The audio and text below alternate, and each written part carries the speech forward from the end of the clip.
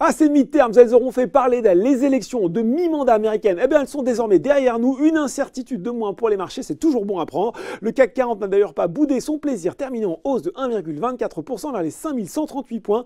Même cause, mêmes effets aux États-Unis qu'un Dow Jones qui grimpe de près de 1% à 17h40 pour un Nasdaq encore plus enthousiaste, plus 1,8%. Sur le marché français, pas besoin de faire d'enquête pour savoir que c'est Ipsos qui a dominé les hausses du SBF 120. Le spécialiste des enquêtes d'opinion organisait aujourd'hui une rencontre avec les investisseurs et son président Didier Truchot s'est notamment engagé sur des objectifs 2021, une croissance annuelle de 2 à 4% pour une marge opérationnelle qui devrait s'améliorer de 10,2 à 11% sur la période et un bénéfice net par action qui grimperait de 10% chaque année. Solide comme la pierre, le promoteur Nexity a lui profité d'un chiffre d'affaires en hausse de 12% sur 9 mois à 2,5 milliards d'euros.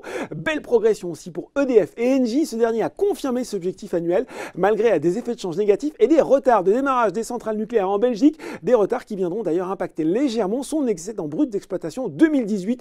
A noter aussi la belle hausse de Helena Santé, le noblage, plus 6,65% après avoir lui aussi réitéré ses prévisions de résultats annuels.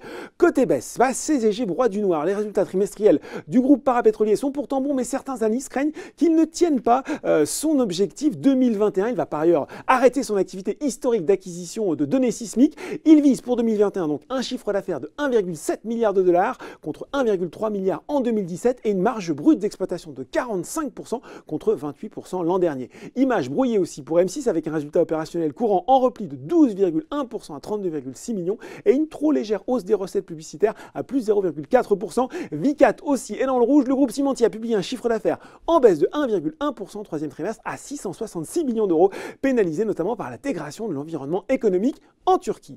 Voilà, c'est tout pour ce soir, mais n'oubliez pas, le reste de l'actu éco et finance est sur Boursorama.